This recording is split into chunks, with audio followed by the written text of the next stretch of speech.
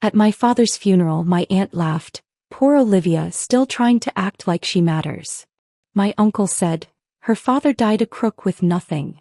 My cousins whispered about my pitiful family, mocking my shoes and tears. Even my mother stayed quiet. Then 3 black SUVs pulled up. Men in suits stepped out, bowed and said, Miss Olivia, the dawn is waiting. Did you see her shoes? Goodwill special. My cousin Madison's stage whisper cut through the October wind while my father's casket sat beside the grave. She wanted me to hear. She always wanted me to hear. And she's crying like her father was someone important, Madison continued, instead of the neighborhood embarrassment he actually was. Before we continue, I want to thank you for being here to witness Olivia's journey. If you believe families should protect each other, not tear each other down, please consider subscribing. It's free and helps us share more stories like this. Now let's see what happens next. Brett snorted his agreement. Aunt Rebecca smiled. Uncle Dennis nodded like Madison had said something profound instead of something cruel. I kept my eyes on Dad's casket. The modest one Mom and I had scraped together money to afford. The one Uncle Dennis had already called pathetic loud enough for the whole cemetery to hear. Mom stood beside me in silence. Not defending Dad. Not defending me. Just standing there like she'd stood at every family gathering for 23 years while her family tore us apart. Her father died a crook with nothing to his name, Uncle Dennis announced to anyone still listening. Criminal families breed criminal children. That's when I heard the engines. 3 black SUVs rolled through the cemetery gates with synchronized precision. 6 men in expensive suits emerged. The lead man, silver-haired, dangerous, unmistakably powerful, walked directly to me. He took my hand gently and bowed like I was royalty. Miss Olivia. The dawn has been waiting to meet you. Your father spoke of you every day. Vincent Moretti. Everyone in our city knows that name. My aunt made a choking sound. My uncle's face went gray. They'd just spent my father's funeral calling him a nobody. Mocking my tears. Laughing at my shoes. They had no idea who they'd actually been dealing with. The cemetery had gone completely silent. Even the wind seemed to pause, waiting to see what would happen next. The priest who'd been edging toward his car stopped mid-step. The handful of mourners who'd been drifting away froze in place. Vincent Moretti still held my hand, his grip gentle but somehow commanding. Up close, I could see the fine lines around his eyes, the silver threading through his dark hair, the small scar on his left cheekbone that suggested a history of violence survived rather than avoided. Behind him, the 5 other men stood in formation. Not threatening exactly, but radiating the kind of controlled power that made it clear they could become threatening in an instant if the situation required it. One of them held an enormous floral arrangement. White roses and lilies assembled into something that belonged at a state funeral, not in this modest cemetery beside the simple bouquets Mom and I had chosen. I apologize for the interruption, Vincent said, turning slightly to address the gathered mourners. His voice was pleasant, almost warm, but something underneath made my survival instincts whisper warnings. But Miss Olivia has matters to attend to. Her father's true family would like to pay their respects. The emphasis on true family wasn't subtle. Neither was the way his gaze swept across Aunt Rebecca, Uncle Dennis, and my cousins before dismissing them as irrelevant. The man holding the massive floral arrangement stepped forward and placed it carefully beside Dad's grave. It dwarfed everything else there. A statement written in flowers that said, "This man mattered. This man was loved. This man was powerful enough that his death brings men like us to pay respects." Miss Olivia, Vincent said, his attention returning to me. When you're ready, the dawn is waiting to meet you. He would have come himself, but... He paused delicately. There are reasons your father kept certain aspects of his life separate from you. The dawn respected those boundaries. But now that Antonio has passed, there are things you need to understand about your heritage. My heritage. The word hung in the air like a question I didn't know how to ask. I looked at my mother one last time. She was staring at Vincent with an expression I'd never seen before. Terror and recognition mixed together in equal parts. Not surprise. Not confusion. Recognition. Mom. My voice came out steadier than I expected, considering my entire world had just tilted sideways. She met my eyes briefly, then looked away. When she spoke, her voice was barely a whisper, but it carried in the silent cemetery. Go with them, Olivia. Your father. He would have wanted this. The words confirmed something I'd been suspecting since the SUVs arrived. Mom had known something all along.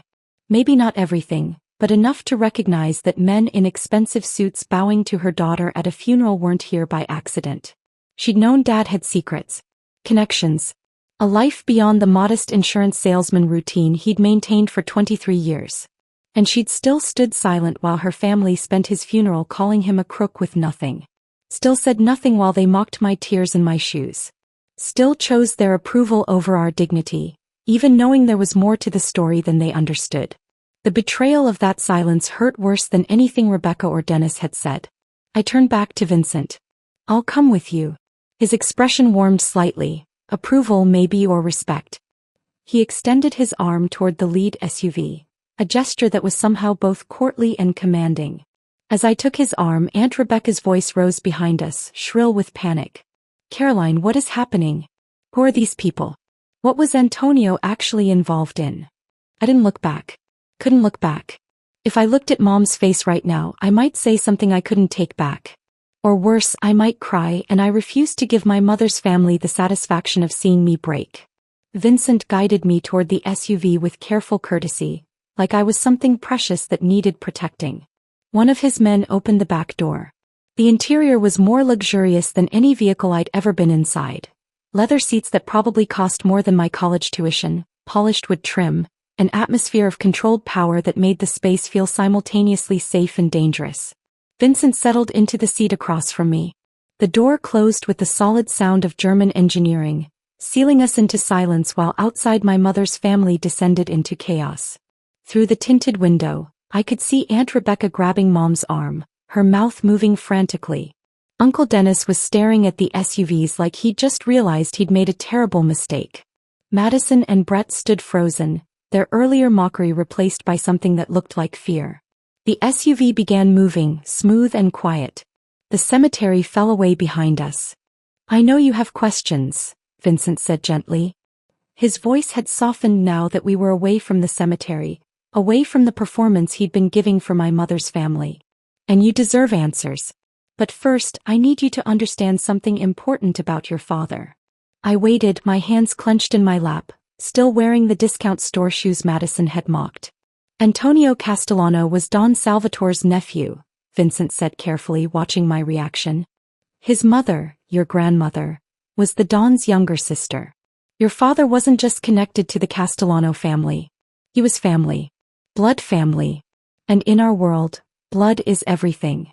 The words didn't process immediately. Don Salvatore Castellano.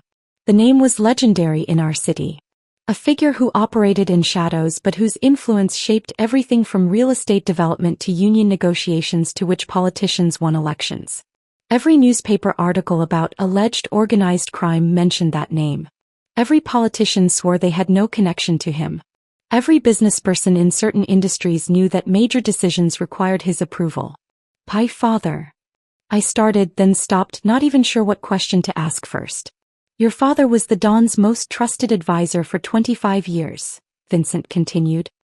He managed the family's legitimate business holdings, restaurants, properties, investments, and served as the bridge between our world and the world you grew up in. The insurance job was real, but it was also cover. A way to explain his comfortable lifestyle without drawing attention to where the money actually came from. The SUV wound through streets I'd known my whole life, but everything looked different now. That restaurant on the corner where Dad used to take me for birthday dinners. Did my family own it? The construction site downtown where new condos were going up. Was that Castellano money reshaping the neighborhood? He kept you separate from all of this, Vincent said, his voice gentle but firm. Not because he was ashamed of you or ashamed of the family. Because he loved you. He wanted you to have choices he never had. A normal life. A future without the weight of family obligations unless you chose to accept them. I thought about Dad's late-night phone calls. The meetings in our home that stopped the moment I entered the room. The way certain people treated him with respect that bordered on fear when we were out in public. The comfortable life we'd lived despite his supposedly modest income. All the pieces I'd never quite understood suddenly clicked into place with devastating clarity. Your father left specific instructions, Vincent continued. About your education. Your inheritance. Your introduction to the family. Nothing happens without your consent. Nothing is forced on you. But the Don wanted to meet you. To explain things properly. To make sure you understand who your father really was and what he built for you. My father. Antonio Castellano. Not the crook with nothing that Uncle Dennis had described. Not the neighborhood embarrassment Madison had mocked. Someone significant enough that Vincent Moretti himself showed up at the funeral. Someone connected to the most powerful family in the city. Someone who'd spent 23 years protecting me from this truth while my mother's family treated us like garbage. Where are we going? I asked. To meet the Don, Vincent replied. Your great-uncle. He's been waiting to meet you properly since your father passed. He would have come to the funeral himself, but... Vincent paused delicately. Your father wanted your introduction to the family to happen privately. With dignity. Not as a spectacle at a cemetery. The SUV turned into a neighborhood I recognized, historic district, old money, the kind of homes that had belonged to the same families for generations. We pulled up to massive iron gates that opened automatically, revealing an estate that looked like something from a movie about East Coast dynasties. Vincent's expression had shifted again, no longer the dangerous enforcer from the cemetery, but something closer to a patient teacher preparing a student for an important lesson. Before we go inside, he said, his hand resting lightly on my arm, I need you to understand one thing. What happens next is your choice. The Don will explain your inheritance, your options, your father's legacy. But nothing is required of you. You can walk away from all of this with your father's legitimate holdings and live whatever life you choose. Or you can learn. You can understand. You can take your place in the family your father came from. The gates closed behind us with a solid click. Through the windshield I could see the main house. Enormous, elegant, radiating the kind of wealth that didn't need to announce itself. My father had come from this. Had been connected to this. Had chosen to raise me away from all of it because he loved me enough to want me to have choices. And my mother's family had spent 23 years treating him like a failure. The rage that had been building since Madison mocked my shoes at the cemetery crystallized into something cold and focused. Not hot anger that would make me reckless. Cold calculation that Dad had taught me through years of watching him maintain quiet dignity in the face of their insults. They'd called him a crook with nothing. Mocked my tears. Laughed at my discount store shoes. They had no idea who they'd actually been dealing with. But they were about to learn. And I was going to make sure the lesson stuck. The SUV stopped in front of the main house, and Vincent opened my door with the same careful courtesy he'd shown at the cemetery. The October air felt different here. Quieter, heavier, like even the wind knew to be respectful on this property. A man in his 70s stood waiting on the stone steps. White hair, impeccably tailored suit, dark eyes that seemed to catalog everything about me in a single glance. He didn't move like someone his age should move. There was strength in his posture, authority in the way he held himself. Olivia, he said, and his voice carried traces of Brooklyn mixed with something older. Something that spoke of Sicily and generations of family history. Come inside, please. Vincent gestured for me to go ahead, falling back slightly in a show of deference that told me exactly who was in charge here. I climbed the steps on shaking legs, still wearing the discount store shoes Madison had mocked, still trying to process that the last hour of my life had actually happened. The man extended his hand as I reached the top step. I am Salvatore Castellano. Your great-uncle. Though we've never had the pleasure of meeting properly. His grip was firm but gentle. I'm sorry it took your father's death to bring you home. Home. The word felt strange applied to a place I'd never been, to people I'd never met. He led me through an entrance hall that belonged in a museum. Marble floors, paintings that looked original and expensive, furniture that had probably been in the family for generations. We passed through corridors where other men in suits nodded respectfully as we went by, their expressions carefully neutral. Don Salvatore's study smelled of leather and old books and something else I couldn't quite identify. Maybe cigars or the particular scent that comes from rooms where important decisions get made. Floor-to-ceiling bookshelves lined two walls. A massive desk dominated the space. Leather chairs that looked like they'd been broken in over decades sat arranged near a fireplace. He gestured to one of those chairs. Please. Sit. I sank into leather that was somehow both firm and comfortable, my hands gripping the armrest to keep them from shaking. Vincent had taken a position near the door, present but not intrusive, like a guard who'd been dismissed but refused to leave completely. Don Salvatore studied my face for a long moment before speaking. You have your grandmother's eyes, he said quietly. Maria. My younger sister. She passed when you were just a baby, but she would have loved knowing you. Antonio spoke of you constantly, your intelligence, your strength, your kindness. He was so proud of the woman you became. Something in my chest cracked at those words. This stranger, this man I'd never met, was acknowledging my grief as real and important. Not embarrassing. Not pathetic. Losing your father. The Don's voice caught slightly, showing vulnerability I suspected few people ever witnessed. It was like losing a son. Antonio was family in every sense that matters. His death diminishes us all. He moved to his desk and returned with a folder thick enough to contain a novel. When he placed it on the small table between us, I could see my name written on the tab in careful handwriting. Your father was a meticulous man, Don Salvatore said, settling into the chair across from me. He prepared for every possibility, including his death. These documents represent your inheritance. My hands shook as I opened the folder. The first page was a property deed. Marina Bay Restaurant Group, a name I vaguely recognized from signs around the city. 12 locations listed with addresses I knew. Underneath, financial statements showing revenue in the millions. I flipped to the next document. Castellano Properties. 37 residential and commercial buildings throughout the metro area, each one listed with current market valuations that made my eyes blur. Stock certificates. Investment portfolios. Bank statements with balances that had so many zeros I had to count them twice to believe what I was seeing. Your father, Don Salvatore said quietly, was worth approximately $42 million when he passed. Every legitimate penny of it now belongs to you. The room performed a slow rotation. I gripped the chair arms harder, trying to anchor myself to something solid while my entire understanding of reality restructured itself. $42 million. While Uncle Dennis called him a crook with nothing. While Aunt Rebecca mocked our modest lifestyle. While Madison laughed at my discount store shoes. While my mother's family spent 23 years treating us like charity cases who didn't understand our place. My father had been worth $42 million. How?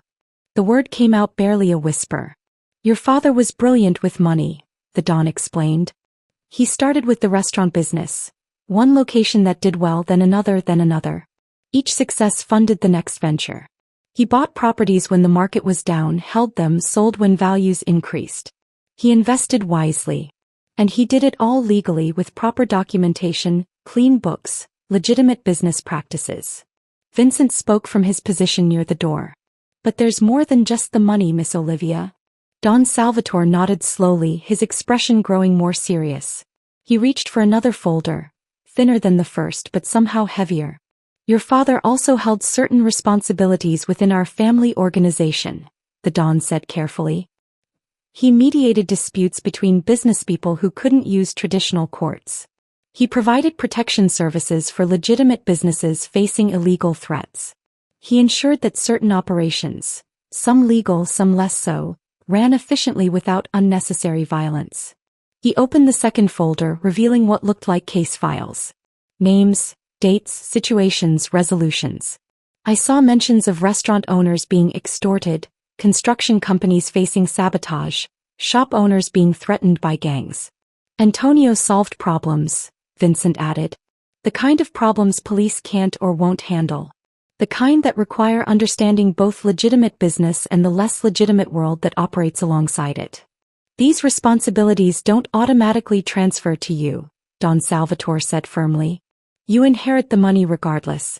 You can walk away from all of this right now, live whatever life you choose, and the family will respect that decision completely. Your father made absolutely certain you'd have that choice. I stared at the folders on the table, one representing legitimate wealth beyond anything I'd imagined, the other representing a world I'd only heard about in news reports and movies. But if you want to understand, the Don continued, if you want to learn what your father built and how he built it, that education is available to you. Everything Antonio created can continue through you if that's what you choose. He stood slowly and moved to a bookshelf, pulling out a leather-bound photo album I hadn't noticed. When he opened it, I saw pictures from decades ago. Family gatherings, celebrations, moments from a life Dad had kept completely hidden from me. There was Dad younger laughing at some joke I'd never hear. Dad standing beside a woman who must have been my grandmother, the resemblance unmistakable. Dad at weddings, baptisms, funerals, all the family events that had happened in a world I never knew existed. Your grandmother Maria was my baby sister, Don Salvatore said, his finger tracing her face in one of the photos. When she married your grandfather, may he rest in peace, our father was furious. Your grandfather wasn't Italian, wasn't from our world, wasn't what our father wanted for his daughter. He turned to another page showing my grandmother holding a baby that must have been my father. But Maria loved him and eventually our father accepted it. Antonio grew up understanding both worlds, the legitimate one his father came from, and the family business his mother's side represented. He became the bridge between them, the one who could move in both spaces without drawing attention. I studied the photos, seeing my father's face in contexts I'd never witnessed. He looked confident here, powerful, like someone who commanded respect naturally. He kept you separated not out of shame, the Don said gently, but out of love. He wanted you to have the choices he never had. A normal childhood. A future without the weight of family obligations unless you chose to accept them. He closed the album carefully and returned to his chair, his dark eyes studying my face with uncomfortable intensity. So I'm asking you now, Olivia. What do you want? You can take the money and walk away. No one will judge you. No one will think less of you. Or you can stay. You can learn. You can understand the world your father came from and the legacy he built for you. I thought about my mother standing silent at the funeral. About Aunt Rebecca's cruelty. About Uncle Dennis calling Dad a crook. About Madison mocking my tears and my shoes while Dad's body waited to be buried. 23 years of being treated like garbage by people who had no idea who we really were. I want to learn, I said, my voice steadier than I expected. I want to understand what my father built. The Don's expression didn't change, but something in his eyes softened. Approval, maybe, or satisfaction. And I want certain people to understand exactly who they've been disrespecting, I added quietly. Don Salvatore and Vincent exchanged a look that said this was exactly the answer they'd hoped for. Then your education begins tomorrow, the Don said. Vincent will be your guide, your teacher, your protection as you learn to navigate your inheritance. But tonight you rest. Process what you've learned. Say goodbye to the girl you were and prepare for the woman you're becoming. Vincent stepped forward. I'll take you home, Miss Olivia. Unless you'd prefer to stay here tonight. I shook my head. I needed to be in my own space, in the home I'd shared with Dad, to process everything that had happened in the past few hours. Don Salvatore stood and embraced me, not the formal hug of a business associate, but the genuine affection of family. Your father loved you more than anything in this world, he said quietly. Everything he did, every choice he made was to protect you and give you the future you deserved. Never doubt that. As Vincent drove me back through the city, I watched buildings and businesses pass by with new understanding. That restaurant where Dad used to take me for birthday dinners. Was it one of the 12 Marina Bay locations? Those apartments under renovation downtown, were they Castellano properties? My entire life had been surrounded by my father's empire, and I'd never known it existed. The discount store shoes that Madison mocked suddenly felt different on my feet. Not shameful. Not embarrassing. Just shoes. Meaningless details that people without real power focused on because they had nothing else to judge. I was the daughter of Antonio Castellano, the heir to a $42 million empire. The great niece of Don Salvatore Castellano. And my mother's family had no idea what their cruelty at the funeral had just cost them. Vincent arrived at my door the next morning at 7 sharp, carrying 2 cups of coffee and a leather portfolio that looked like it cost more than my monthly rent used to be. Past tense. Because apparently I owned properties now, investments, businesses that generated millions. The surrealism of it hadn't worn off overnight. Ready for your first day of school? He asked with a slight smile, handing me one of the coffees. It was exactly how I liked it. Cream, no sugar. Which meant either he'd asked someone or he was the kind of person who paid attention to details most people missed. I suspected the latter. We started at Marina Bay Restaurant Group headquarters, a modest office building in a neighborhood that had been slowly gentrifying over the past decade. Nothing flashy. Nothing that screamed organized crime or illegal enterprise. Just a professional office with the company name on a tasteful bronze plaque beside the entrance.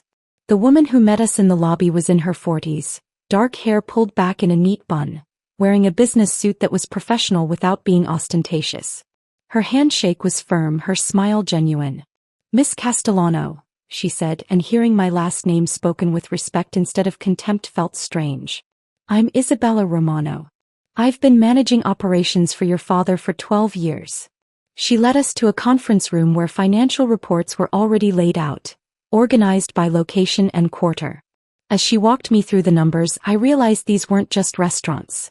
They were carefully orchestrated operations that provided jobs and stability to hundreds of families.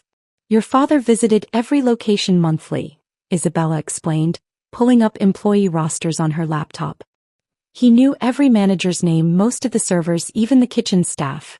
People didn't work for your father because they were afraid of him. They worked for him because he treated them fairly and paid them well." She showed me profit and loss statements, payroll records, supplier contracts. Everything was meticulously documented, professionally managed, completely legitimate. The pride in her voice when she talked about Dad was unmistakable. This wasn't fear or obligation. This was genuine respect for a man who'd built something valuable. "He never missed a payroll," she said quietly. "Even during the recession when half the restaurants in this city were closing, your father made sure every single employee got paid on time. He took losses himself rather than lay people off." I thought about Uncle Dennis calling him a crook. About Aunt Rebecca implying his money came from dirty deals and illegal activities. These restaurants were feeding families, providing healthcare benefits, creating opportunities. There was nothing dirty about that. After Marina Bay, Vincent took me to Castellano Properties where I met Daniel Foster.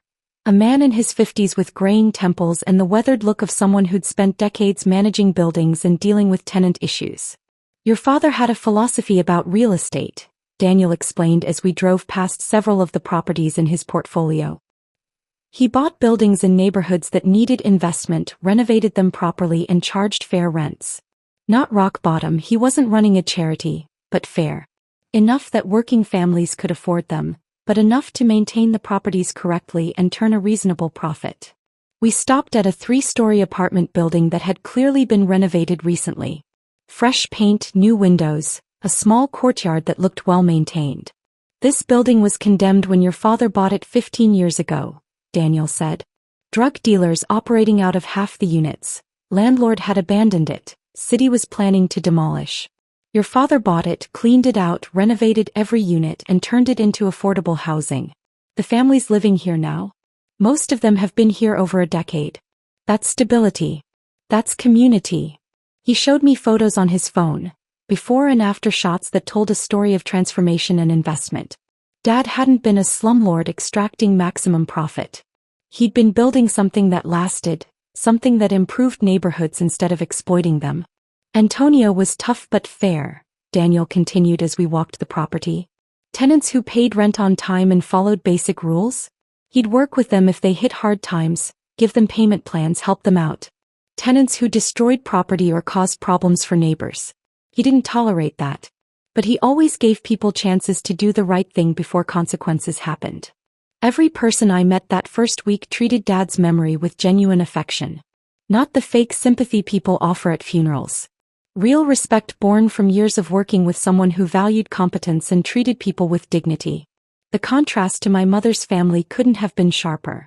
On the 4th day, Vincent took me to meet Elena Ricci in a small office above one of the Marina Bay restaurants. She was sharp-eyed and direct, with the kind of presence that suggested she didn't waste time on pleasantries.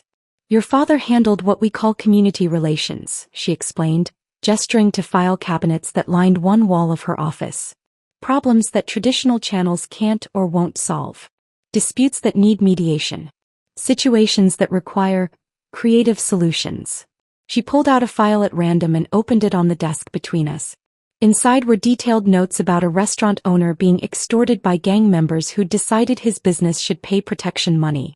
"Police couldn't help," Elena said. "Victim was too scared to testify. Gang had political connections that made official intervention complicated. Your father stepped in, had conversations with the gang's leadership, explained that this particular business was under Castellano protection, and suggested they focus their activities elsewhere. Problems solved without violence." She showed me case after case. A construction company facing sabotage from competitors who didn't like honest bidding. A shop owner being pressured by loan sharks charging illegal interest. A family business being targeted by developers who wanted the property and didn't care about legal methods of acquisition. In each case, Dad had intervened. Sometimes with negotiations. Sometimes with pressure applied to the right people. Sometimes with solutions that existed in gray areas between legal and illegal. Your father prevented violence, Elena said firmly. The neighborhood mourned him because he kept people safe in ways the system couldn't or wouldn't. He wasn't a saint. This work requires getting your hands dirty sometimes. But he had principles. Protect the innocent. Stop the bullies. Make sure ordinary people could live and work without being victimized.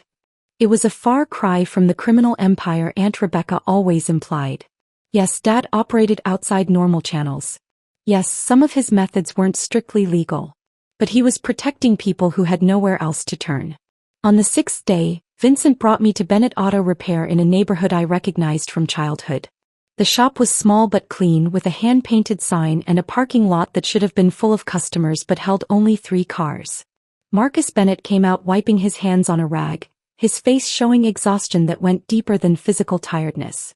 He was maybe 55, with the build of someone who'd done manual labor his whole life and the defeated posture of someone watching his dreams collapse. "Miss Castellano," he said, shaking my hand with a grip that was firm despite his obvious stress. "I appreciate you taking the time. Your father helped me once before, about 10 years back when I was just starting out. I was hoping you might have inherited his sense of fairness." We sat in his small office while he explained the situation. A larger auto chain had moved into the area and decided Marcus's independent shop was competition they didn't need. They'd started with predatory pricing, undercutting him until they bled money themselves, then moved to intimidation, vandalism, threatening his employees, anonymous complaints to city inspectors about violations that didn't exist. "I've lost half my customers in 3 months, Marcus said, his voice breaking slightly. "I've got 5 employees who depend on me, families who need their paychecks. If this continues another month, I'll have to close. 20 years of building this business gone." Vincent watched me carefully as Marcus talked. This was a test, I realized. My first real decision. My first chance to use the power I'd inherited. I asked questions. Who owned the competing chain? What specific tactics were they using? Had Marcus tried legal channels? The answers painted a clear picture of systematic intimidation designed to destroy competition. The hot rage I'd felt at Dad's funeral had cooled into something more focused, more strategic. This was exactly the kind of situation Dad had handled. Honest businessman being destroyed by bullies who had more resources and no ethics. "Give me 3 days, I told Marcus. "Don't make any decisions about closing. Just give me 3 days." Relief flooded his face. "Thank you. I don't know what you can do, but thank you for trying." As we left, Vincent's expression showed something close to approval. "Your father would handle it exactly that way," he said. "Listen, sis. Promise nothing specific but give hope. Then deliver results." "How would he have handled it?" I asked. "By finding pressure points," Vincent replied. "Everyone has vulnerabilities. The trick is finding them and applying pressure precisely where it matters most. Not displays. Not threats. Just quiet, effective action that makes people realize continuing their current behavior will cost them more than they're willing to pay." I was beginning to understand what Dad had really done. Not violence. Not crude intimidation. Strategic application of pressure backed by information and resources most people didn't possess. Power used with precision instead of brutality. That evening I drove to the small house Mom and I had shared with Dad. She was in the living room surrounded by boxes she'd been packing, his things scattered everywhere like artifacts of a life she was finally admitting she didn't understand. She looked up when I entered, her face showing guilt and something else. Fear maybe, or uncertainty about where we stood now. "Olivia," she said, standing awkwardly. "I wasn't sure you'd come back." I sat in Dad's chair, the worn recliner where he'd read newspapers and watched games and pretended his life was as simple as his insurance job suggested. "What did you know, Mom?" I asked directly. About Dad's real life. His family. His business. She sat back down heavily, her hands twisting in her lap. The silence stretched for nearly a minute before she finally spoke. I knew he came from money, she admitted quietly. I knew he had connections. Important connections. But Antonio kept details vague and I learned not to ask questions. Why? Because asking questions meant acknowledging things I didn't want to acknowledge, she said, her voice breaking. Your father told me once early in our marriage that his family's business involved activities that existed in gray areas. He said the less I knew, the safer I'd be. And I chose not to know. Even when your family treated him like garbage for 23 years? She flinched. I thought defending him would make things worse. That if I pushed back, my family would cut us off completely, and then where would we be? Where would you be, you mean? I corrected. You were worried about losing their approval. Not about Dad's dignity. Not about protecting me from their cruelty. I was scared, she whispered. Of being alone. Of losing the only family I had left besides you and Antonio. So you sacrificed us instead. She started crying, quiet, defeated tears that should have moved me but mostly just made me tired. The men in the SUVs, she said after a moment. At the funeral. That was his family. Yes. And they came for you? They came to tell me who I really am, I said. Who Dad really was. What he built. She looked at me with an expression I couldn't quite read. Terror maybe, mixed with dawning realization that the modest life we'd lived had been an elaborate fiction Dad maintained to protect us. What are you going to do? She asked. Learn, I said simply. Understand what Dad created. Take my place in the family he came from. Olivia, that world is my birthright, I interrupted. Whether you like it or not. The gulf between us had never felt wider. She'd made her choices, silence, weakness, choosing comfort over courage. I was making mine. I left without promising to visit again soon. She didn't ask me to. 3 months passed while I learned to navigate my inheritance. 3 months of morning meetings with Vincent, afternoons studying business operations, evenings reviewing case files about Dad's community work. 3 months of transformation from the girl who'd stood at her father's grave in discount store shoes to someone who understood what real power looked like. Then Madison called. My phone rang on a Tuesday evening while I was reviewing property portfolios in the study of the townhouse I'd purchased. Modest by Castellano standards, but light years beyond the small house I'd shared with Mom and Dad. The number that appeared made me pause. I hadn't heard from any of Mom's family since the funeral. Olivia. Madison's voice had artificial sweetness that immediately raised every guard I'd learned to build over 3 months of education. I've been thinking about you so much. How are you doing? I let the silence stretch just long enough to be uncomfortable. I'm well, Madison. What can I do for you? Well, I know things were tense at Uncle Antonio's funeral. The way she said tense, like we'd had a minor disagreement rather than her mocking my tears while my father's body waited to be buried. But we're family, right? And I thought maybe we could reconnect. Maybe have lunch sometime. Lunch, I repeated neutrally, waiting for the real reason she'd called. Actually, her false sweetness cracked slightly. I heard you inherited some money from Uncle Antonio. And Brett and I were starting this boutique marketing agency. Really exciting opportunity. But we could use an investor who believes in family supporting family. I almost laughed. The audacity was breathtaking. The same cousin who'd called us the pitiful family now wanted money from the inheritance she'd assumed didn't exist. How much are you looking for? I asked, keeping my voice calm and curious. Well, to really launch properly we'd need about 60,000. But even 30 or 40 would help us get started. And obviously you'd see returns once we're profitable. This is a real investment opportunity, not just a handout. $60,000. To Madison that probably seemed like an enormous sum. She had no idea I could write that check without even checking my account balance. That's interesting, I said. Tell me about your business plan. She launched into a rambling pitch about social media marketing and brand development and leveraging synergies. All the buzzwords people use when they don't actually understand business. I let her talk, asking occasional questions that made her think I was seriously considering the investment. You know what? I said when she finally ran out of rehearsed pitch. This sounds like something we should discuss properly. Why don't we talk about it at Christmas dinner? I'm hosting this year. The pause on the line was pregnant with calculation. Christmas dinner? At your place. I have more space now, I said simply. And I think it's time for some new family traditions.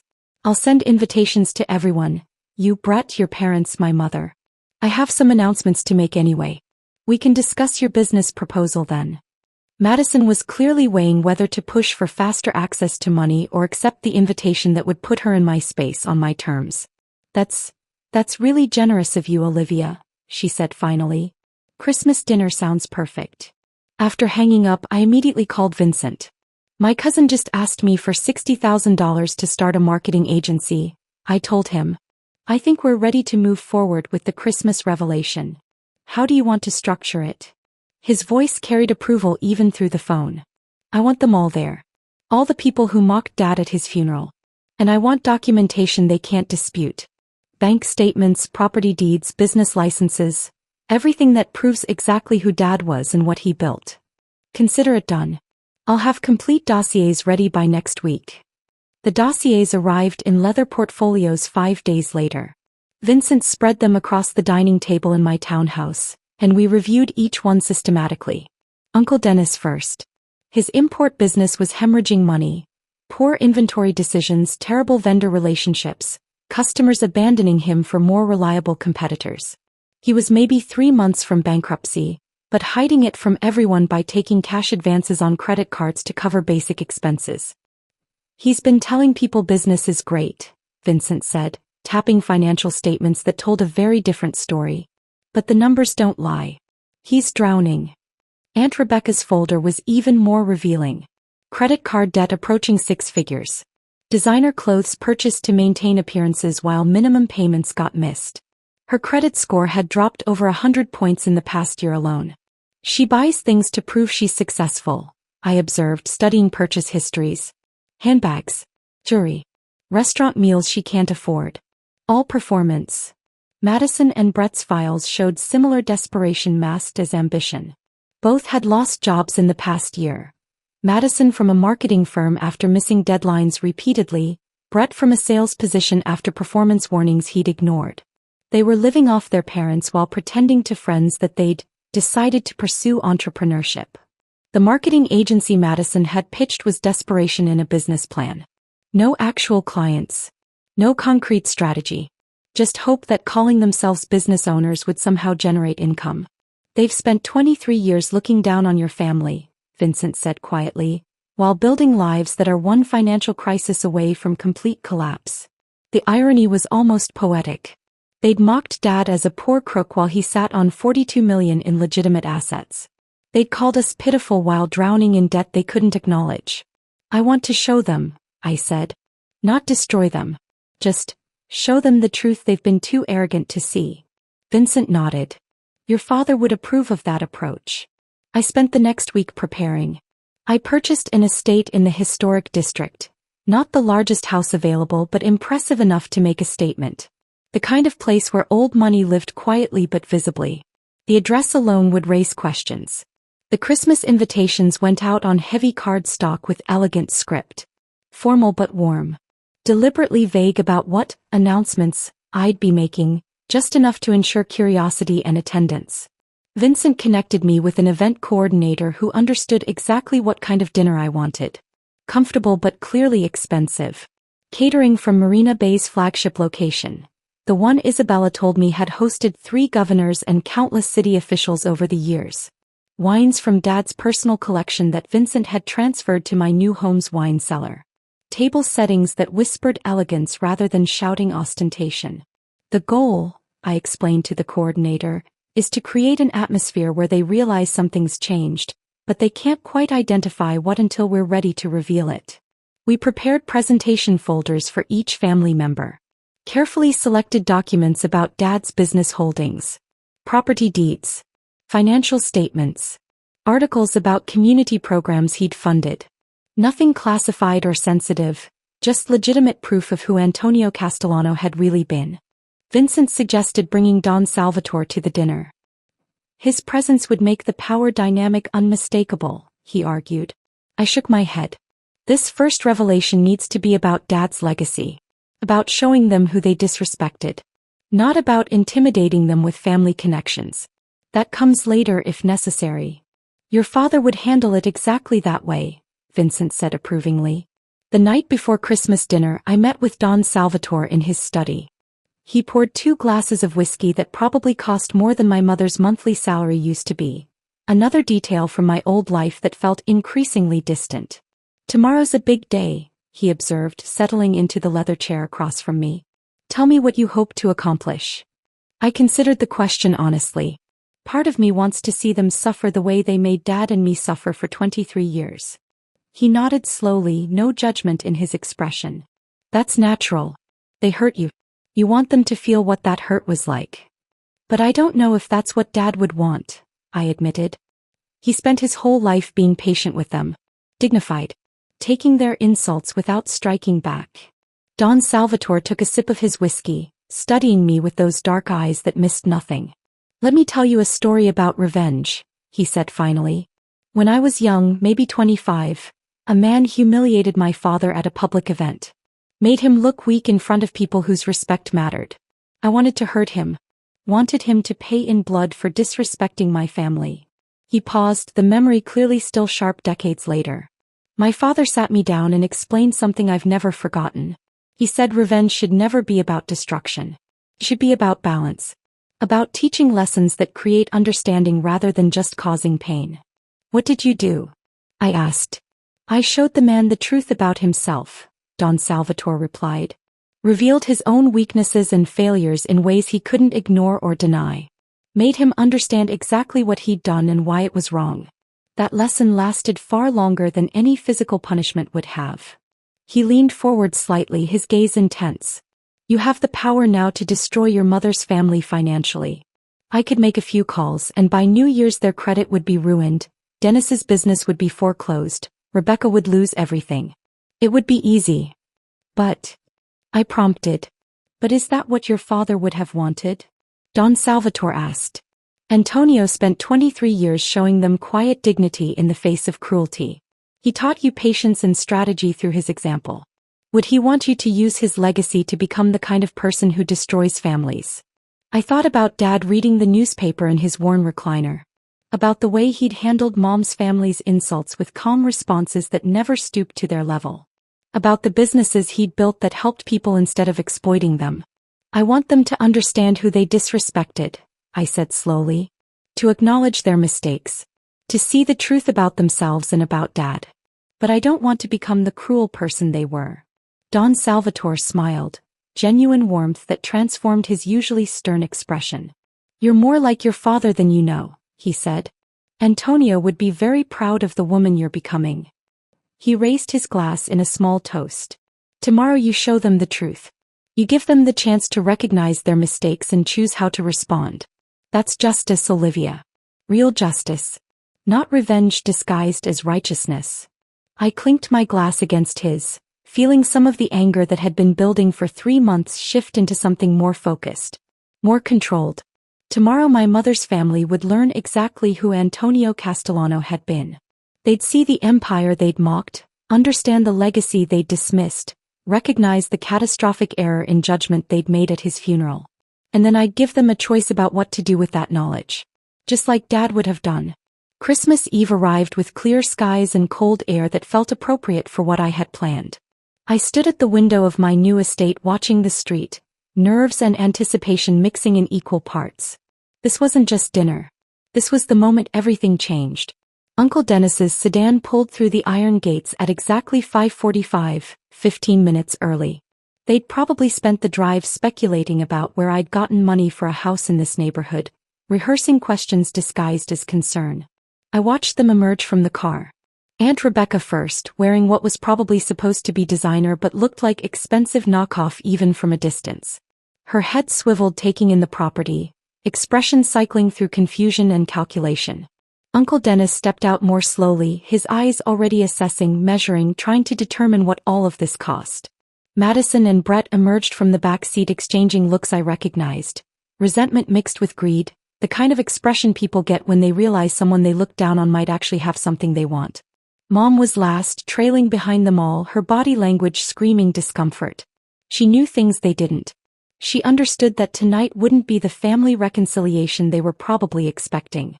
I opened the door myself before they reached it. The event coordinator had suggested having staff answer, but I wanted this moment to feel personal. This wasn't about displaying wealth. This was about showing them truth. Olivia. Aunt Rebecca's voice was overly bright, artificial warmth that didn't reach her eyes. This house is... my goodness. How on earth did you afford this place? The question was accusation disguised as curiosity. She wanted me to admit I'd gotten money from somewhere questionable, something that would confirm their long-held beliefs about Dad's criminal connections. Dad left me well provided for, I said simply, stepping aside to let them enter. The foyer did the talking I didn't need to do. Marble floors, crystal chandelier, furniture that whispered old money rather than shouting new wealth. Uncle Dennis's eyes catalogued everything with barely concealed envy. This is quite the upgrade from that little house you shared with Antonio, he observed, and somehow he made it sound like an insult. Different circumstances, I replied neutrally. Let me take your coats. Madison and Brett hadn't said anything yet, but I could see them reassessing everything they thought they knew about me. The cousin they'd mocked at the funeral was suddenly living in a house that probably cost more than they'd earn in their lifetimes. I led them to the dining room where the table was set with china and crystal from Dad's collection. Pieces Isabella had told me he'd acquired over years, each one chosen carefully. The wine glasses alone probably cost more than Uncle Dennis's car payment. Mom's eyes darted around nervously, like she was waiting for something terrible to happen. She knew enough to be worried even if she didn't know exactly what I had planned. Dinner started with uncomfortable small talk. The catering staff, trained professionals from Marina Bay's flagship location, served appetizers while my mother's family made careful conversation that avoided acknowledging the obvious questions hanging in the air. By the main course, Uncle Dennis's patience had worn thin. So Olivia, he said, setting down his fork with deliberate emphasis. We should probably discuss your situation. The word situation came out like I was a problem that needed managing. My situation? I asked calmly. This house, the sudden wealth, we're family. We should understand what's going on with you. Aunt Rebecca nodded agreement. Especially given your father's complicated business dealings. We just want to make sure you're not getting involved in anything questionable. The irony was almost too perfect. They were sitting in my house, eating my food, drinking wine from my cellar, and still managing to imply I was doing something wrong. Dad left me several things to manage, I said, keeping my voice level. I've spent the past 3 months learning about his business interests. Aunt Rebecca's laugh was sharp and disbelieving. Business interests? Antonio sold insurance, Olivia. He barely scraped by. Whatever money you think you have. Let me show you something, I interrupted, standing and retrieving the presentation folders Vincent and I had prepared. I placed one in front of each person at the table, my mother included. What's this? Uncle Dennis asked suspiciously. Information about Dad that you might not have known, I said, returning to my seat and opening my own folder. I thought it was time you understood who Antonio Castellano actually was. I started with Marina Bay Restaurant Group. Walked them through the business licenses, the property deeds, the financial statements showing 12 locations and annual revenue in the millions. Showed them employee rosters, tax returns, articles about the company's role in neighborhood revitalization. This is fake, Uncle Dennis said, but his voice lacked conviction. Antonio worked in insurance. I slid notarized documents across the table. Business licenses with official seals. Property deeds recorded with the city. Tax returns filed with the federal government. Every piece of paper was legitimate and verifiable. Madison's face had gone pale. Brett's nervous laugh sounded forced. Aunt Rebecca was staring at the documents like they might spontaneously combust if she looked away. I continued methodically through Castellano properties. 37 residential and commercial buildings. Current market valuations. Tenant agreements. Photos of renovated properties that had transformed neighborhoods. Then the investment portfolios. Stock certificates. Bond holdings. Diversified assets managed by registered financial advisors with documentation spanning 2 decades. I don't understand, Mom whispered, and I almost believed she was seeing these numbers for the first time. Almost. Dad built an empire, I said simply. A legitimate business empire that employed hundreds of people and improved thousands of lives. He just chose to live quietly and keep it private. Aunt Rebecca's voice went shrill.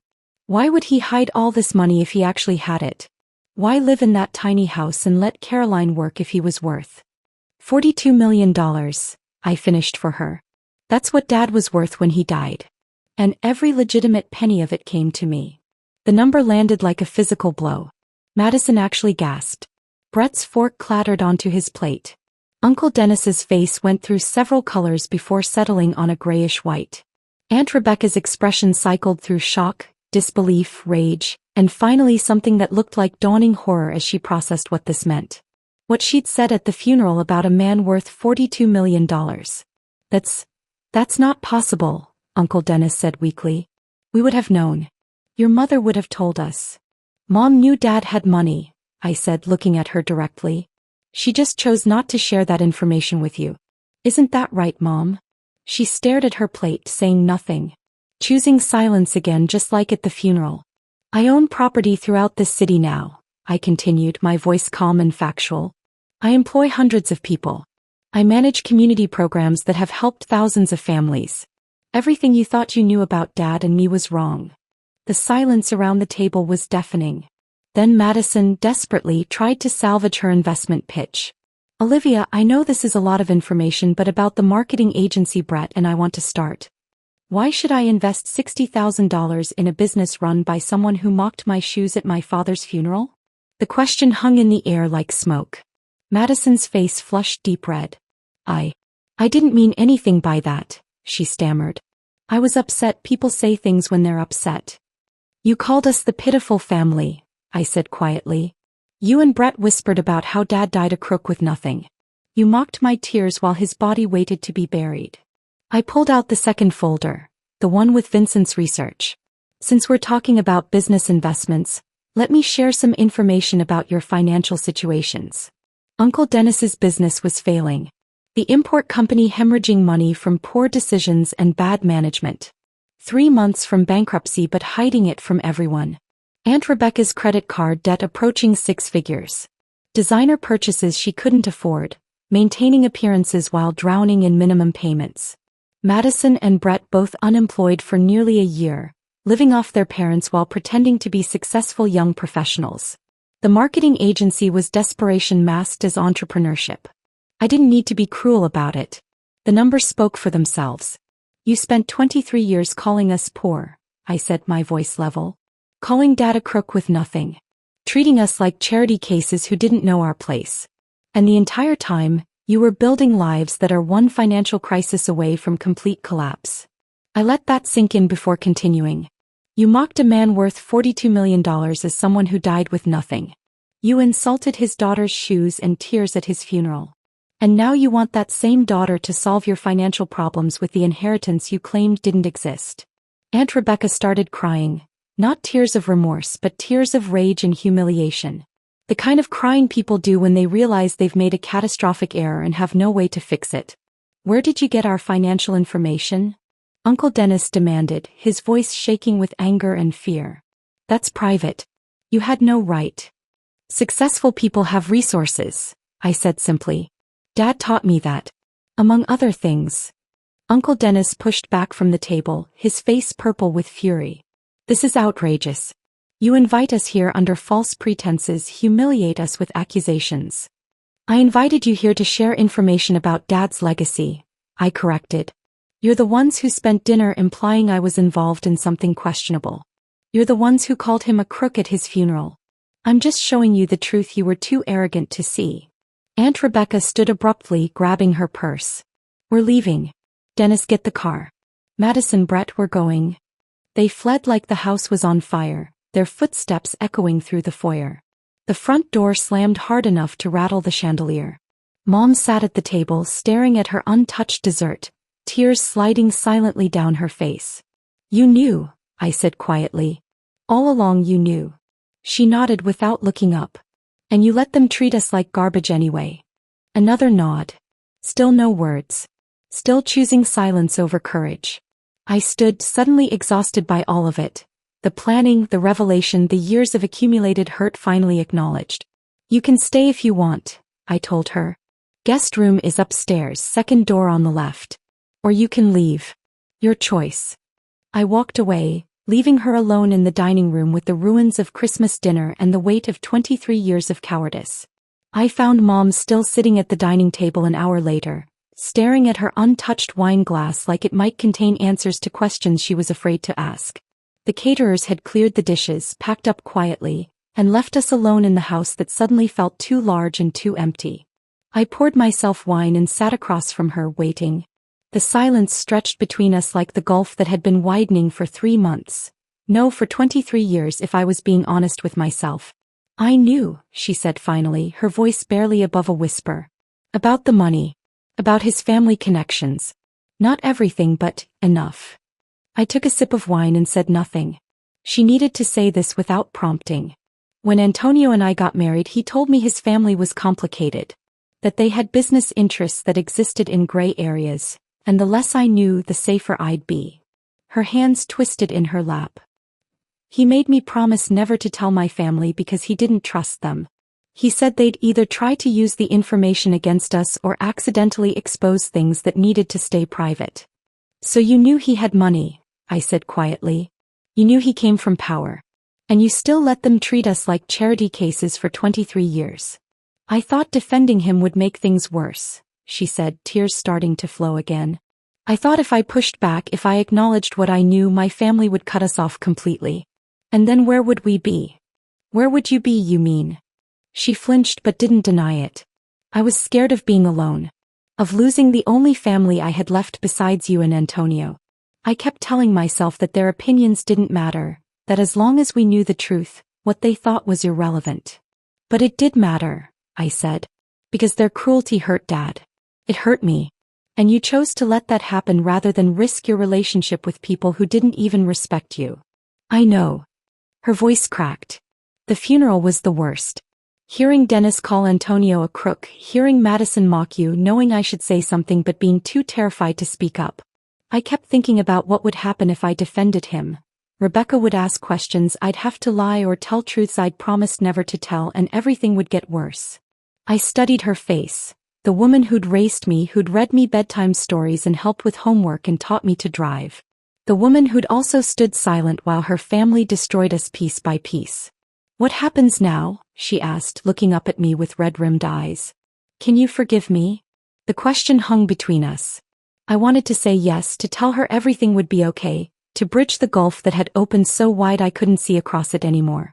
I don't know, I said honestly. Your silence hurt almost as much as their cruelty. Maybe more because you were supposed to be on our side. You were supposed to protect us.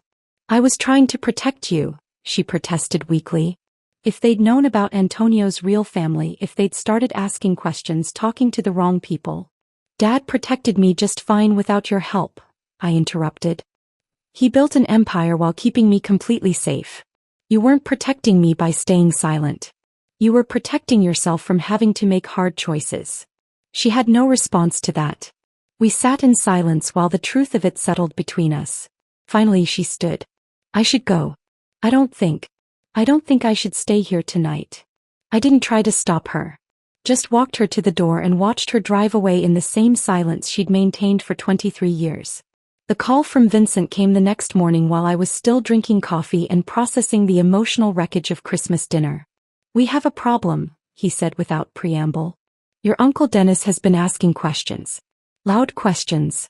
About the Castellano family. I set down my coffee cup carefully. What kind of questions? The kind that get back to people who matter. He's been talking to neighbors, business associates, anyone who'll listen about whether Antonio was connected to organized crime and whether you're now involved with the Castellano organization. My stomach dropped. How bad is it? Bad enough that the Don wants to meet with you this morning. Dennis is making himself a liability, and when people become liabilities, decisions have to be made about how to handle them. The implication in Vincent's voice was clear. I'd wanted to teach my family a lesson. Instead, I might have put Uncle Dennis in actual danger. I'll be there in an hour, I said. Don Salvatore's expression when I entered his study wasn't angry. If anything, he looked almost pleased, like a teacher watching a student encounter a challenging problem. Sit, he said, gesturing to the familiar leather chair. We need to discuss your uncle's sudden interest in family history. Vincent said he's been asking questions. Loudly. Indiscreetly. In places where such questions attract unwanted attention. The Don leaned back in his chair. He's telling anyone who'll listen that his niece is connected to the Castellano organization and he wants to understand what that means. Several people have asked me whether we have a problem that needs handling. The words, needs handling, carried implications that made my mouth go dry. I don't want him hurt, I said quickly. He's ignorant and cruel, but he's still family. That's the right instinct, Don Salvatore said, nodding approval. But let me ask you a different question. What would you do if Dennis's questions put you in danger? Or your mother? What if his indiscretion exposed family business to authorities who'd love an excuse to investigate Castellano operations? I hadn't thought that far ahead. I'd been so focused on showing them the truth about Dad that I hadn't considered the consequences of revealing my own connections to the family. Actions have consequences beyond what we intend, the Don continued, his voice patient but firm. Having power means taking responsibility for what that power sets in motion. You wanted your family to understand who they'd been disrespecting. Now they know. And now they're reacting in ways that create new problems requiring new solutions. He poured 2 small glasses of whiskey despite the early hour. You have 3 options, he said. 1. Vincent visits Dennis with a clear warning that further questions will have serious consequences. This is effective but creates fear and resentment. People who are frightened sometimes do unpredictable things. I nodded, following his reasoning. 2. We provide Dennis with information that satisfies his curiosity but contains nothing actually damaging. Give him enough truth to stop him digging, but carefully controlled truth. This requires trust that he'll accept what we tell him and stop asking questions. And the 3rd option? Give him what he wants, Don Salvatore said simply. His business is failing. He needs money. We provide a loan, substantial enough to solve his immediate problems, with terms generous enough that he feels grateful rather than trapped. In exchange, he stops asking questions about family matters that don't concern him. He studied my reaction carefully. Your father would have chosen option 3. Antonio believed in solving problems by creating obligations and relationships rather than enemies and fear. Turn a potential threat into someone who owes you favors. It's more expensive in the short term but more effective long term. Before I could respond, my phone rang. Unknown number, but something made me answer. Olivia? It's your Aunt Melissa. I hadn't heard that voice in years. Mom's youngest sister had moved to Oregon after marrying young and mostly disconnected from the family drama. We exchanged Christmas cards but rarely spoke. Aunt Melissa? I stepped out of the Don's study into the hallway. Is everything okay? I just got off the phone with Rebecca, she said, her voice tight with anger. She called ranting about Christmas dinner, about how you humiliated them with lies about Antonio's wealth. She wanted me to back her up, to agree that you were being cruel and inappropriate. What did you tell her? I told her she was an idiot who finally got what she deserved. Melissa's laugh was sharp. I wanted to hear your side directly, though. What actually happened? I gave her the condensed version. The funeral, my education into Dad's real life, the Christmas revelation about his wealth and legacy. Good, Melissa said when I finished. Rebecca and Dennis treated Antonio like garbage for years. I always thought it was cruel and unfair. You never said anything. Because saying something would have meant getting dragged into family drama I wanted no part of. She paused. But there's something you should know. Something I never told anyone because Antonio asked me to keep it private. I waited, feeling Don Salvatore's presence in the study behind me, listening. When my husband left me 12 years ago, I was broke and desperate.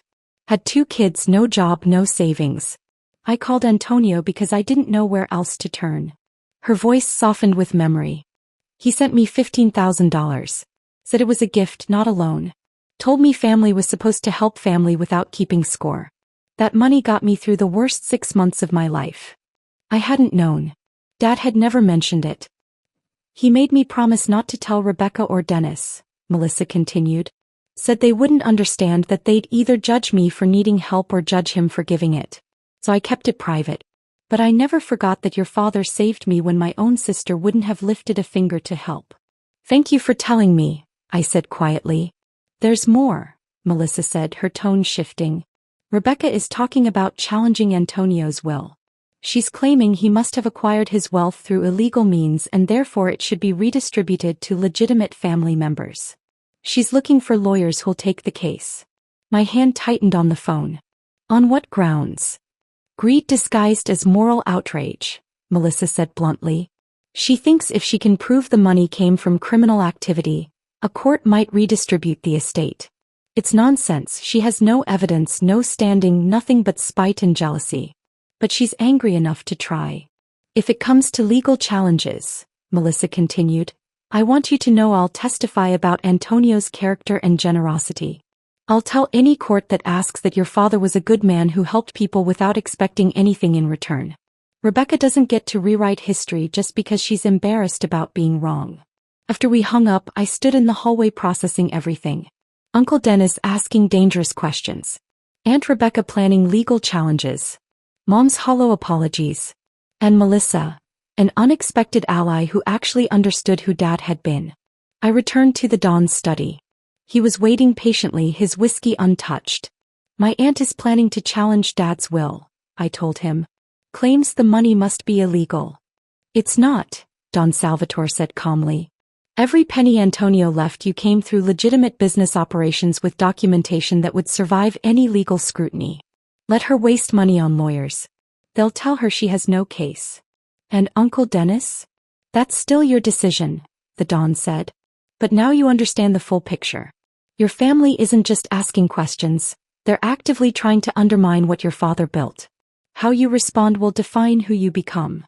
I thought about Dad's patience, his strategic thinking, his belief in turning enemies into obligations. Option 3, I said finally. Give Dennis the loan. Create an obligation instead of an enemy. Don Salvatore smiled. Your father would be proud. Vincent arranged the meeting for the following afternoon at Bennett Auto Repair. The location was deliberate, neutral ground that also served as a reminder of exactly what kind of work the Castellano family did and who benefited from it. Marcus called Uncle Dennis personally, saying he'd heard Dennis had questions about Antonio Castellano and the family, and maybe they could talk privately. Dennis, apparently thinking he'd found someone willing to gossip, agreed immediately. I arrived an hour early with Vincent. Marcus greeted us at his shop entrance, looking nervous but determined. Your father helped me when I had nowhere else to turn, he said quietly. If I can return that favor by helping his daughter handle a problem, that's the least I can do. When Dennis's car pulled into the lot, I was sitting in Marcus's small office with Vincent standing near the door. Marcus went out to meet him, all friendly handshakes and small talk, leading him inside before Dennis realized what was happening. He stopped cold when he saw me. What is this? Dennis demanded, his face flushing red. Marcus, you said you wanted to talk. I do want to talk, Marcus interrupted. About why you've been asking questions that are making good people nervous. Dennis's eyes darted between me, Vincent, and Marcus, calculation visible in his expression. I don't know what you're talking about. You were at the diner on 5th Street yesterday, Vincent said, his voice calm but carrying an edge that made Dennis stiffen. Asking the man at the next table if he knew anything about Antonio Castellano's mob connections. Loud enough that half the restaurant heard you. I have every right to ask questions about my brother-in-law's business dealings, Dennis blustered, but his voice lacked conviction. Especially when my niece suddenly appears with unexplained wealth and connections too. You have rights, I interrupted. But rights come with responsibilities. One of those responsibilities is understanding that your loud questions are endangering people. Including your own sister. That got his attention. Caroline, what does she have to do with? Everything, I said flatly. You think broadcasting curiosity about the Castellano family is consequence-free? You think asking strangers in public places about organized crime connections is just innocent inquiry? You're painting a target on everyone connected to me. Including Mom. Marcus stepped forward. Your brother-in-law helped me save my business 10 years ago, he said. When larger competitors tried to destroy me through intimidation and vandalism, Antonio intervened. He made sure I could keep my shop open, keep my employees working, keep supporting their families. He gestured at the shop around us. Everything you see here exists because Antonio Castellano believed honest businesspeople deserved protection from bullies. That's what the Castellano family does. They help people who have nowhere else to turn. And your questions, Vincent added quietly, are making people wonder if we have a problem that needs handling. Do you understand what I'm saying, Dennis? Dennis's face had gone pale. He was finally grasping that this wasn't abstract gossip. This was real danger he'd stumbled into through arrogance and stupidity. What do you want from me? He asked, his voice small. I leaned forward. I'm going to make you an offer. Just once. Pay attention because I won't repeat it. He nodded mutely. Your business is failing, I said. Not because of bad luck or market forces, but because you make poor decisions and treat people badly. Money alone won't fix that. But I'm willing to provide a one-time cash infusion of $50,000 to stabilize your immediate problems. His eyes widened with desperate hope. I'll also introduce you to business consultants who actually know what they're doing. People who can help you restructure your operations properly, if you're willing to listen and follow their advice. Thank you, he started, but I held up my hand. I'm not finished. In exchange, you stop asking questions about Dad and the Castellano family. Completely. You treat my mother with basic decency. And you acknowledge publicly that you misjudged my father. His expression shifted, hope warring with pride. Publicly? What does that mean? It means calling the relatives who heard you mock Dad at his funeral and telling them the truth. That Antonio Castellano was a successful businessman who built a significant legacy, and you were wrong to disrespect him. The apology would cost him more than the money. I could see that calculation playing across his face.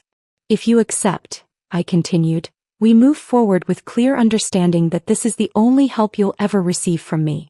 If you refuse, you handle your bankruptcy alone and explain to Aunt Rebecca and your kids why you turned down help that could have saved them. Dennis sat in the worn chair across from me, his hands gripping the armrests. Pride fighting desperation.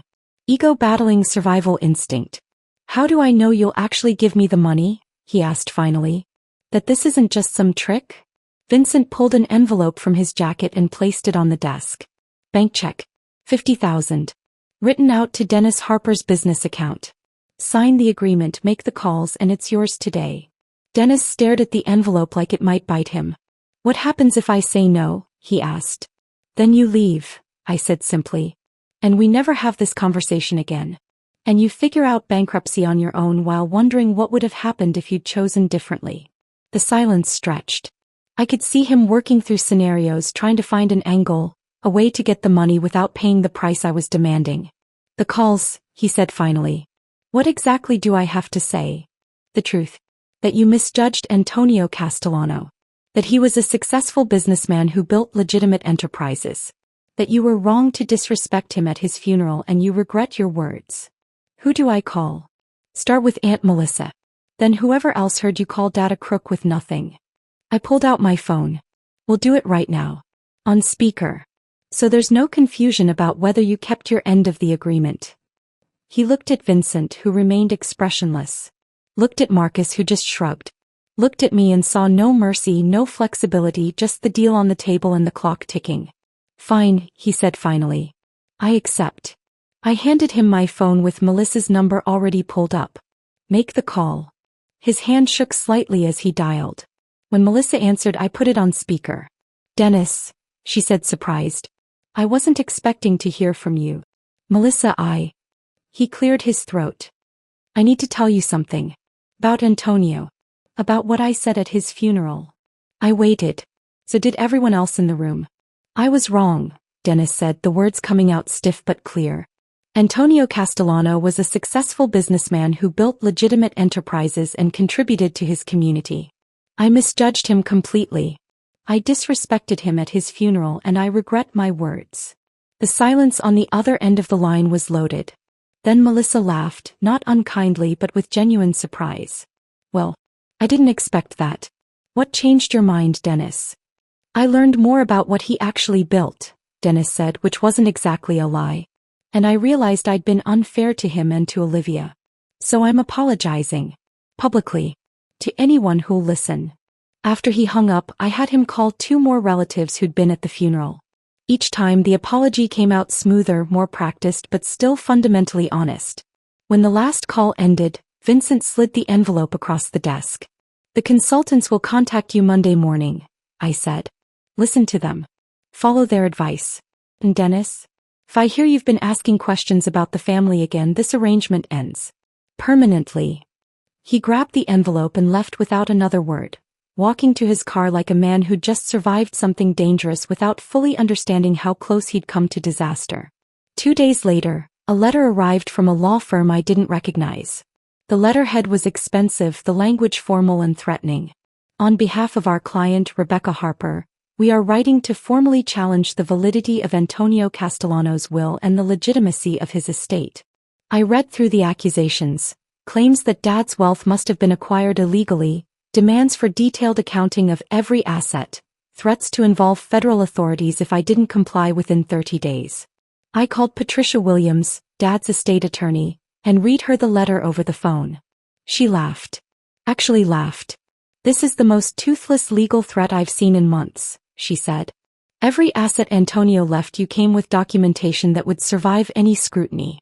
We have decades of tax returns, business licenses, property records, all completely legitimate. So Rebecca doesn't have a case? She doesn't even have standing to bring one, Patricia said. She's not a beneficiary, not a spouse, not someone with any legal claim to the estate. Her lawyer is either incompetent or knows this is frivolous but took her money anyway. Relief washed over me. So we just ignore it? Not quite, Patricia said, her tone shifting. Rebecca's accusation of illegality could invite attention from authorities who'd love an excuse to investigate the Castellano family. We need to respond with overwhelming documentation that proves legitimacy while making clear that false accusations carry consequences. She paused. With your permission, I'll prepare a response that buries her lawyer in evidence. Tax returns, business licenses, audit reports, everything that proves Antonio's wealth was legitimate. And I'll include language that makes clear continued harassment would be inadvisable. Do it, I said. That evening my doorbell rang. Madison stood on my front step, mascara streaked down her face, looking more vulnerable than I'd ever seen her. Can we talk? She asked. Please? Just the two of us. I almost said no. Almost closed the door and let her deal with whatever crisis had brought her here. But something in her expression, raw pain instead of her usual calculated performance, made me step aside. We sat in my living room, the same room where I'd hosted the Christmas dinner that changed everything.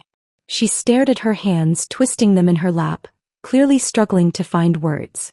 I've been jealous of you since we were kids, she said finally. Not of what you had. Of how you had it. I waited. Your dad loved you, she continued, her voice breaking. Really loved you. He knew who you were, what you cared about, what made you happy. My dad. She laughed bitterly. He sees me as a reflection of himself. If I succeed, it proves he's successful. If I fail, it embarrasses him. He doesn't actually know me at all. I'd never heard Madison talk like this. Honest, vulnerable, without her usual armor of superiority. At the funeral, when I mocked your tears, your grief. She looked up, meeting my eyes. Part of me was angry because I knew I'd never have that kind of loss. Because I've never had that kind of love. And that made me cruel in ways I'm ashamed of now. What changed? I asked. My parents told me I'm being disloyal by not supporting Mom's legal challenge against you, she said. That a good daughter would stand with family regardless of whether they're right or wrong. And I realized, they don't actually care about me. They care about my usefulness.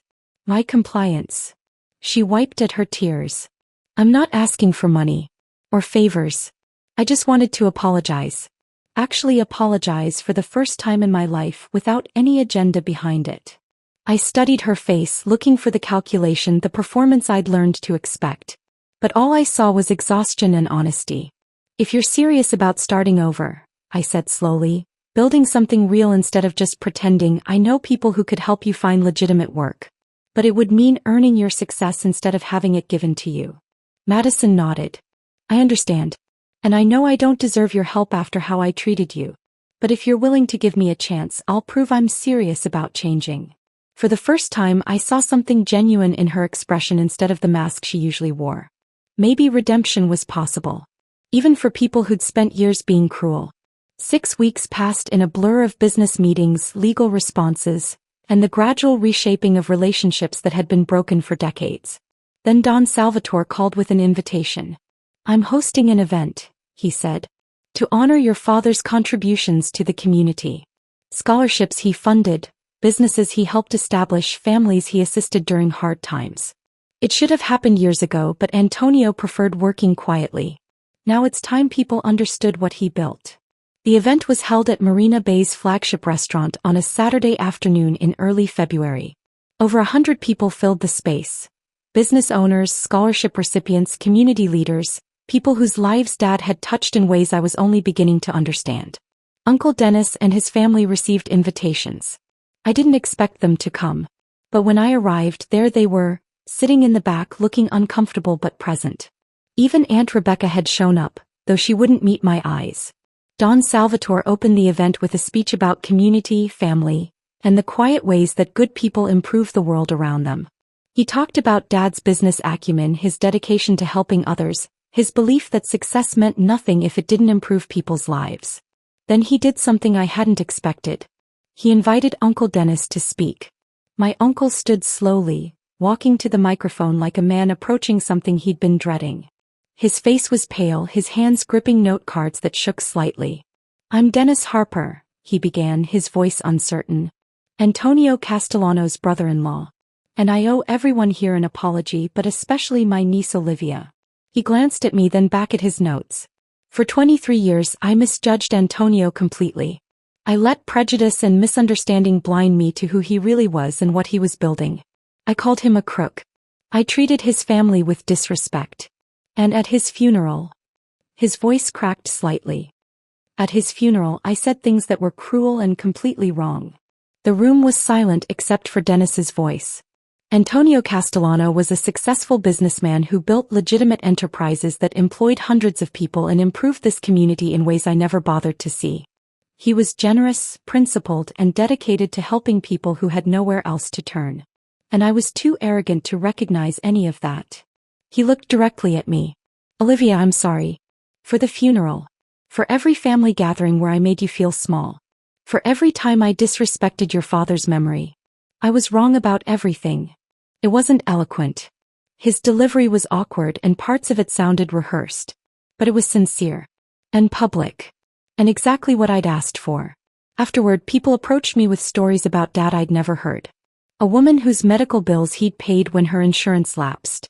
A man whose small restaurant Dad had helped save during the recession. A teenager who'd received a scholarship that made college possible when her family couldn't afford it. "Your father never wanted recognition," the teenager's mother told me, tears in her eyes. "He just wanted to help. That's the kind of person he was." I stood there listening to story after story, realizing Dad had touched far more lives than I'd ever known. This gathering was showing me the full scope of his legacy. Not just the businesses and properties, but the human impact of 25 years of quiet generosity. As people started leaving, Mom appeared at my elbow.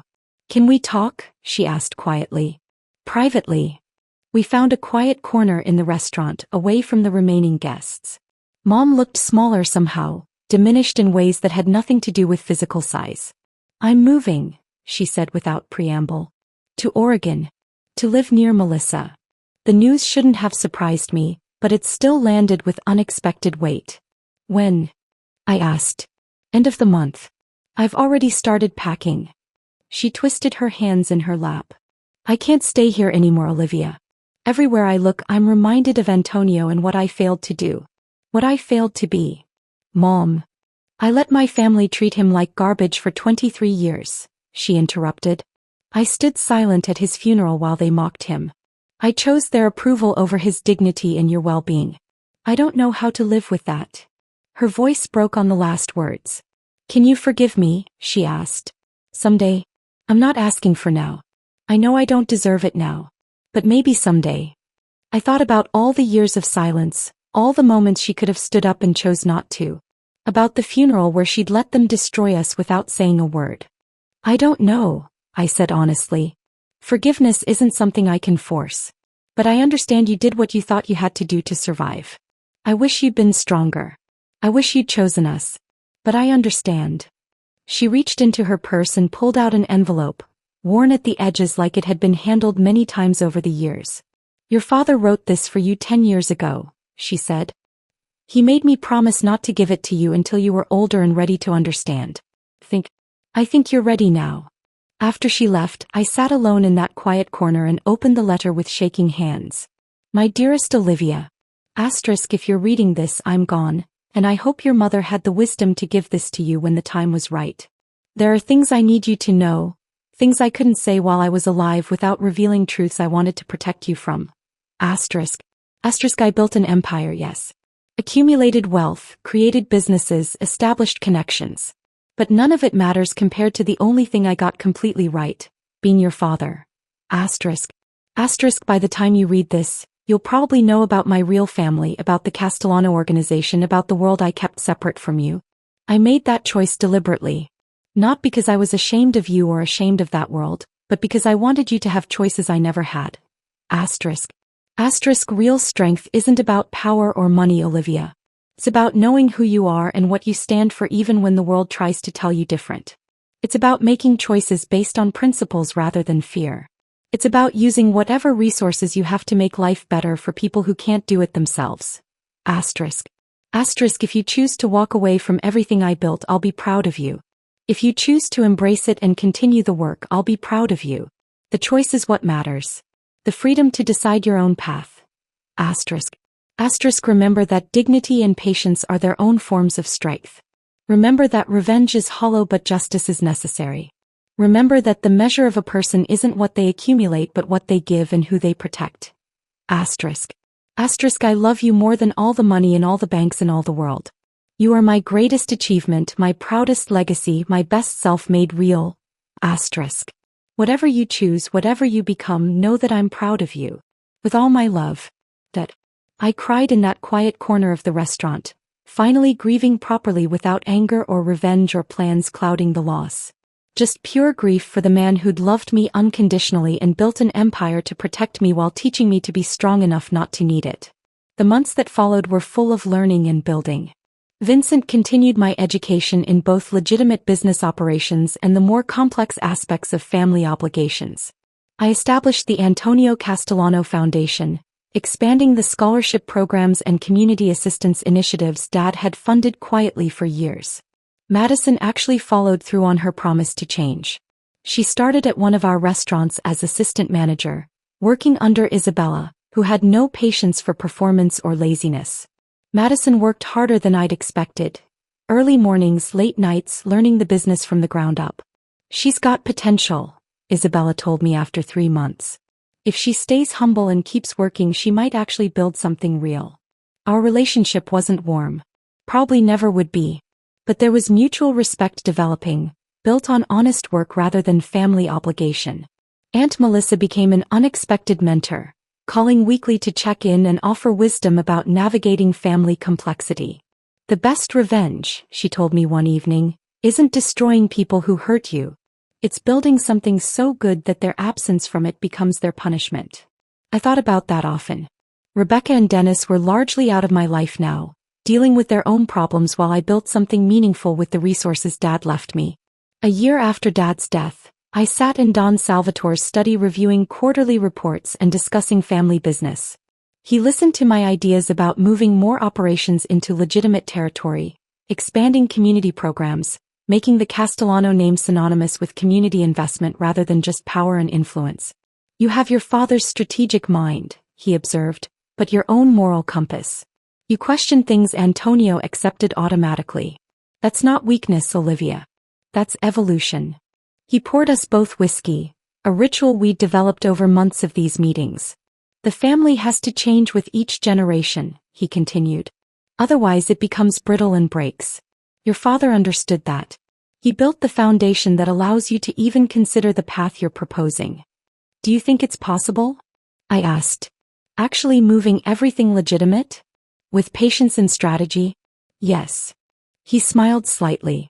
Your father spent 25 years building trust and infrastructure. You have the advantage of starting from his foundation. But it will take time. Years. Maybe decades. As I drove home through streets I now understood in ways I couldn't have imagined a year ago, I thought about the girl who'd stood at her father's funeral in discount store shoes being mocked by people who didn't know who she was. That girl was gone. Not destroyed but transformed. I'd learned that revenge could be about revelation rather than destruction. That power was most effective when applied with precision rather than fury. That dignity and patience were their own forms of strength. I was Olivia Castellano, daughter of Antonio Castellano, heir to his empire and his values, building a legacy that honored his name while creating my own path forward. The discount store shoes that Madison had mocked were in my closet at home. I kept them as a reminder, not of humiliation but of how far I'd come and who I'd become. My father's greatest gift wasn't the $42 million he left me. It was teaching me through his example that true strength meant knowing who you are and what you stand for, even when the world tried to tell you different. And now I was using that gift to build something worthy of his memory. Something that would last. If this story of justice and legacy had you hooked from that first funeral insult to the final triumph, smash that like button right now. My favorite part was when those black SUVs pulled up at the cemetery and Vincent Moretti bowed to Olivia while her family's faces went white. What was your favorite moment? Drop it in the comments below. Want more powerful revenge stories where the underestimated rise up and reclaim what's theirs? Subscribe and hit that notification bell so you never miss an upload.